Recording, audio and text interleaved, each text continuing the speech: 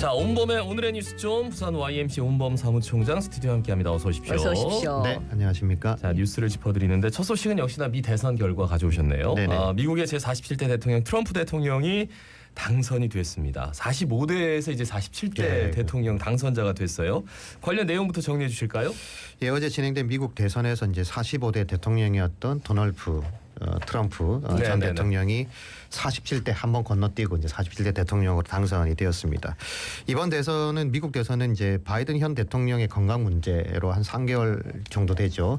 갑자기 후보를 이제 사퇴를 하게 되면서 이 트럼프의 두 번째 집권이 유력하다 이런 분석들이 굉장히 많이 있었습니다. 그런데 이 해리스 민주당 후보와 서로 대비되는 측면, 뭐 남녀를 떠나서 이제 여러 대비되는 측면들 때문에 막판까지 그 뭐 박빙 승부가 예상된다. 뭐 이런 또 예측 불허의 승부가 지속되고 있다. 이런 분석들이 굉장히 많이 있었습니다. 특히 이제 막판에는 해리스 후보가 뭐 당선될 거다 이런 예측들이 쏟아지기도 했었죠. 그랬는데 이 결과적으로는 트럼프가 예상보다는 경합지를 거의 다 승리하면서 어떻게 보면 큰 승리를 거뒀다 이렇게 볼 수 있겠습니다. 예, 말씀하신 것처럼 막판까지 뭐 해리스 후보가 좀 이길 것이다 아니면은 뭐 초박빙이다 이런 얘기가 많았는데 결과적으로 트럼프 후보가 사실상 압도적으로 좀 이긴 결과가 나왔습니다.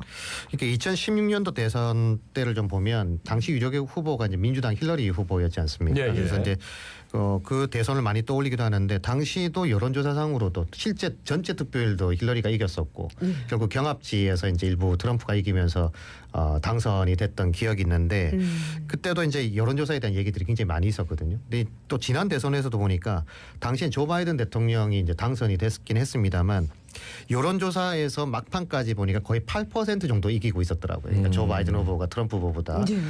그래서 이제 근데 실제 투표를 까보니까 한 2, 3% 정도 차이로 이제 조 바이든 후보가 이겼던 거죠. 근데 이번 이제 그 여론조사를 보게 되면 해리스 후보가 이기는 걸로 나왔는데 보통 2, 3% 정도 내외. 그러니까 이제 어떤 오차범위 내에서 이제 승리를 할 거다. 아주 박빙이다. 이런 얘기들이 나왔습니다. 그래서 일대 많은 분들이 얘기할 때 이러면 트럼프가 이긴다. 왜냐하면 이제 이전 대선과 비교해 보더라도 8%에서 한 4, 5%가 빠졌으니까 2, 3% 같으면 뒤집어진다. 근데 실제 결과도 뒤집어지게 나온 거죠. 그러니까 그때 빠진 만큼을 이번 대선 결과에 딱 대비해 보면 트럼프가 이길 수밖에 없는 구조가 됐던 거죠. 여러 가지 이야기가 있습니다. 그런데 물론 이제 뭐 샤이 트럼프 얘기도 있었고 여전히 미국 사회에 이 여성 지도자에 대한 약간 폄하하는 이런 또 그 여론 이런 입장들도 있었고 또 흑인 남성들이 의외로 또 트럼프 후보를 지지하는 이런 게 굉장히 또 많이 나타났던 것도 있고요. 또 해리스의 스타트가 늦었다. 실질적으로 107일 정확하게 107일 얘기하는데 107일 만에 미국 대선에서 이긴다는 게 사실 쉽지 않고 또 현직 부통령이라고 하는 또 리스크도 또 있었던 것 같고요. 어쨌든 뭐 트럼프 대통령에 대한 뭐 아메리칸 퍼스트라고 하는 이 구호가 여전히 미국민들에게는 좀 어필되지 않았나 이렇게 볼 수 있겠습니다. 네, 뭐 가장 큰 걱정은 이제 트럼프가 어디로 튈지 모르는 사람이기 때문에 당장 방위비부터 10배 올리겠다. 우리나라와의 관계를 걱정하는 분들 굉장히 많으세요. 그러니까 사실 이제 그 현 정부가 바이든 대통령과 한미일 공조라고 하는 이 정책의 기조를 가지고 굉장히 친밀하게 나오지 않았습니까? 그런데 이제 여러 면에서 정반대의 캐릭터를 가지고 있는 이 트럼프 정부와의 관계 설정, 초반의 관계 설정을 어떻게 할 거냐. 이게 저는 아주 핵심 포인트라고 생각되고요. 당장은 이제 북한과의 관계도 트럼프는 김정은과 친하다고 하지 않습니까? 친구라고 얘기하고 있고 이렇게 얘기하고 있고 또 우크라이나와 러시아 전쟁의 문제도 트럼프 대통령은 당장 뭐 24시간 안에 종식시킬 수 있다 이렇게 얘기할 정도로 그게 뭐 허세가 좀 들어가 있는 내용이 있다 치더라도 어떤 면에서 보면 이게 이전과는 확연하게 다른 그런 국제 정세를 가져올 가능성이 높다 이렇게 볼 수 있거든요. 그러면 우리 정부도 여기에 이제 좀 다른 스탠스를 취할 필요가 있는데 그게 이제 쉽겠냐라고 하는 거죠. 그러니까 트럼프 대통령에 대한 분석이나 혹은 지금 공화당 정부와의 어떤 인맥을 가질 수 있는 그런 외교 관료들이 있느냐라고 하는 문제도 있고요. 당연히 말씀하셨던 것처럼 방위비 분담 뭐 10배 이 얘기도 있는 거고 여기에다가 이제 반도체 자동차를 비롯한 우리 기업들의 이제 뭐 관세 문제라든지 또 지원 문제를 중단하는 문제. 뭐 기업 입장에서는 당연히 뭐 미국에서 공장 지으면 되겠습니다만 당장 우리나라 경제가 문제잖아요. 노동자들의 일자리가 줄어들 게 명확해지는 거니까. 그래서 이런 부분에 대한 급격하고 강경한 트럼프식 정책에 대해서 우리가 어떻게 대응할 것이냐 여기에 대한 준비가 굉장히 중요한데 제가 볼 때는 준비가 별로 안 돼 있다 이렇게 볼 수밖에 없을 것 같아서 어쨌든 지난 대통령 시절과는 좀 다른 분위기 그래서 이제 분위기는 있습니다만 그래도 트럼프 대통령이 어쨌든 2016부터 20년까지 대통령 했으니까 네네. 그때 한번 경험이 있으니까 그 경험이 있는 좀 분들을 경험담을 좀 최대한 들어서 트럼프에 맞는 외교 정책이 필요한데 그런 분들 쓸까요? 이제 이게 지금 문제라서 어쨌든 지금 가뜩이나 여러 가지 어려운 부분들이 있는데 준비가 잘 안 돼 있다면 더 심각해질 수 있다 이렇게 생각됩니다. 네. 네.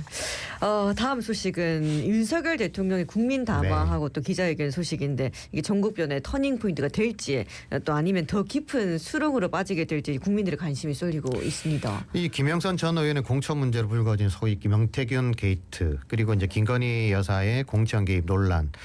이 전국 대혼란이 계속 이어지고 있는데 네네. 이게 아마 최대 분수령이 오늘이지 않을까 그럴 것 싶습니다. 같아요. 예, 일단 명태균 씨와 관련한 논란이 시작된 이후에 사실 국정이 거의 마비되어 있지 않습니까? 그렇죠. 뭐 아무것도 지금 진행되고 있지 못한데 임기 반환점을 사흘 앞둔 오늘 이제 윤석열 대통령이 대국민 담화 그리고 시간과 질문 제한 없는 기자회견을 개최하는 이 모습에서 과연 어떤 입장을 낼까 이게 뭐 분석이 뭐 워낙 분분하다 보니까 예측이 잘 안 되는 부분도 있는데 결국 대통령의 입장과 해명에 따라서 지지율 추락으로 지금 국정 동력이 빠져 있는 것이 회복세를 가져갈 수 있느냐 아니면 더 깊은 수렁으로 빠져서 지금 뭐 특검에 대한 수용 여부들이 뭐 친윤계에서도 얘기가 나온다고 할 정도니까 일단 뭐 그 이상의 갈등과 또 위기 상황으로 갈 거냐를 뭐 결정짓는 결정적인 터닝 포인트가 오늘이 되지 않을까 싶습니다. 하필 트럼프 대통령 당선일 다음 날 이렇게 또 기자회견이 열려서 내우 외환하는데 내우 외우 예, 정말 다 걱정됩니다. 밖에도 걱정이고 지금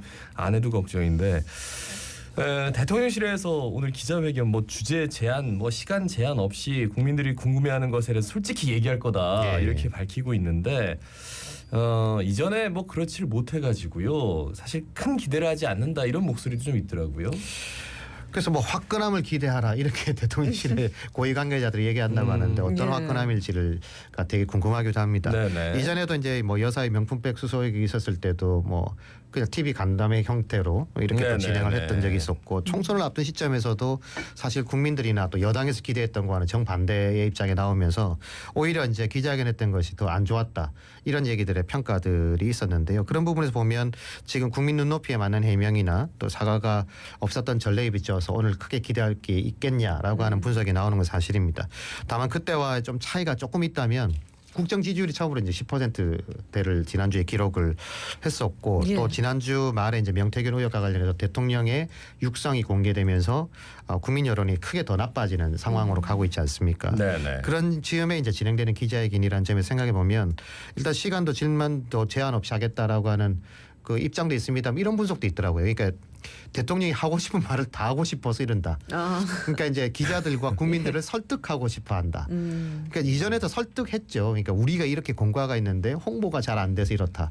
그래서 아마 지금도 이번에도 국정에 대한 성과나 이런 내용들이 너무 알려지지 않았으니까 시간과 질문 제한 없이 본인이 하고 싶은 얘기들을 아마 마음껏 하고 싶어 하지 않을까. 뭐 이런 얘기들도 있는데 어쨌든 국민들은 지금 임기 절반을 돌아가는 딱 이 시점에 대한민국을 혼란스럽게 만들었던 이 공천 개입 문제 또 여사 문제에 대해서 대통령이 좀 더 솔직한 입장 또 대국민 사과 그리고 재발 방지책에 대한 명확한 의견 이런 걸 사실 기대하고 있지 않겠습니까? 근데 지금까지의 상황이나 뭐 분석 내용을 보게 되면 그럴 가능성이 높지 않다는 게 사실 또 우려되는 부분이긴 한데요. 결국 핵심은 대통령 마음일 것 같습니다. 저는 여기서 밀리면 안 돼. 이게 아니라 사직생의 마음이 필요하다. 그냥 뭐 이게 죽어야 산다. 이런 마음으로 국민의 궁금증들을 해소하기 위한 결단이 있지 않으면 아마 유의미한 변화는 쉽지 않을 거다 이렇게 생각됩니다. 네. 그 여야도 오늘 기자회견에 대해서 좀 요구하는 내용들이 있었는데 여야 간 입장 차이가 있는지 이런 부분도 궁금한데요. 우선 여당은 대통령 메시지에 대해서 이제 친한계 친윤계 차이가 좀 있어요. 그러니까 뭐 내각의 대통령실과 내각 인적 쇄신이라든지 김건희 여사의 그 외부 활동을 전면 중단하는 것, 특별감찰관 임명 이런 전면적인 쇄신책이 필요하다는 게 친한계 주장이고 친윤계 같은 경우에는 인적 쇄신과 김 여사 문제는 대통령 결단 영역이다. 네네. 그래서 이제 당이 뭐라 할 수 없다는 거고 국정 쇄신의 필요성은 공감한다. 근데 인적 쇄신 없는 국정 쇄신이 가능한지 이게 일단 의문이 드는 거고 민주당은 세 가지를 딱 요구했습니다. 대국민 사과, 특검 수용, 전쟁 중단.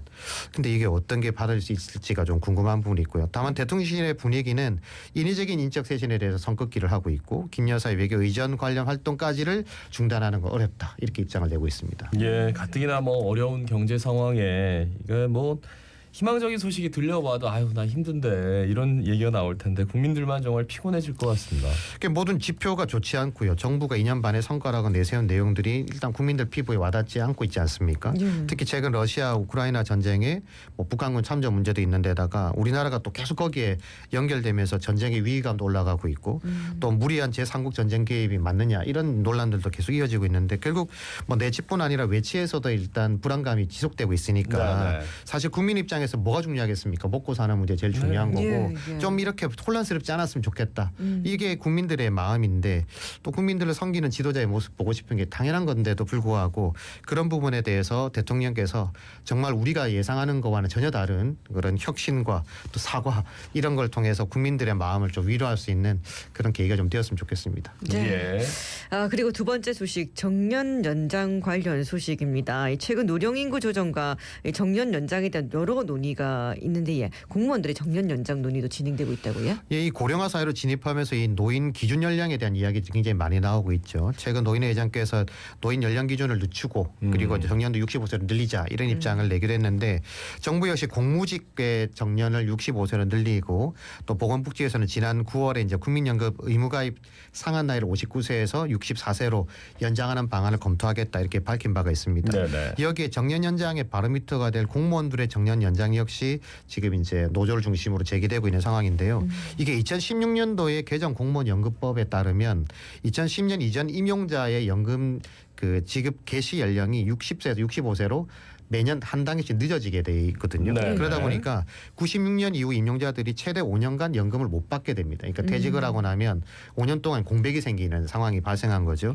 그러다 보니까 공무원들은 연금에 대한 메리트가 가장 큰데 정년과 연금 지급 시기가 최대 5년까지 벌어진다면 이거 어떻게 할 거냐 이제 이런 얘기가 나올 수 있는 거고요.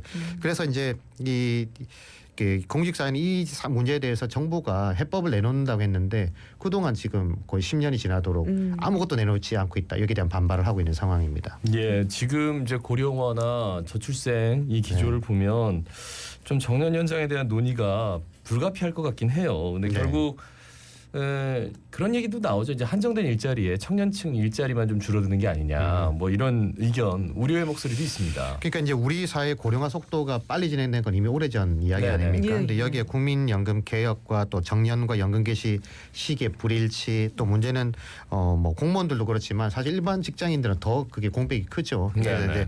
그런 거 생각했을 때 이게 2015년 연금법 개정을 할 때 이 마련을 약속했는데 지금 안 되고 있는 이 문제가 너무 심각하다는 부분이 있는 거고 또 정년 연장이 청년층 일자리와 충돌하지를 않고 청년 노인이라고 할 수 있는 60대 일자리 창출 이 부분들의 논의는 뭐 충분히 공감이 되는 부분이 있습니다만 네. 결국엔 청년 일자리를 안 뺏는 한도가 돼야 되는 거잖아요. 그래서 그렇죠. 그런 부분에서 좀 얘기하는 게 신노년층의 노동 환경에 대한 부분들 또 노동 시간에 대한 고민도 같이 가야 된다는 얘기가 있습니다. 그래서 네. 이 부분들까지를 충분히 좀 고려를 할 필요가 있겠고 어쨌든 정부는 사회적 대화기구인 경제사회노동위원회에서 내년 1분기까지 정년 연장 합의를 이끌어내겠다 밝히고는 있는데 저는 그렇게 생각돼요. 시기도 중요한데 결국 우리 사회의 변화를 능동적으로 좀 이끌어가려 그러면 세대 간의 갈등이 생기지 않는 그런 내용적 컨텐츠를 잘 채우는 방식으로 가지 않으면 이 정년 연장이 자칫하면 청년층과 노년층이 대립할 가능성도 크다. 그래서 그런 부분들을 너무 성과에 집착하지 말고 이 프로세스를 잘 가져가는 이게 좀 필요해 보입니다. 예, 알겠습니다. 오늘 소식 여기까지 듣습니다. 지금까지 부산 YMC 오은범 사무총장이었습니다. 고맙습니다. 수고하셨습니다. 감사합니다.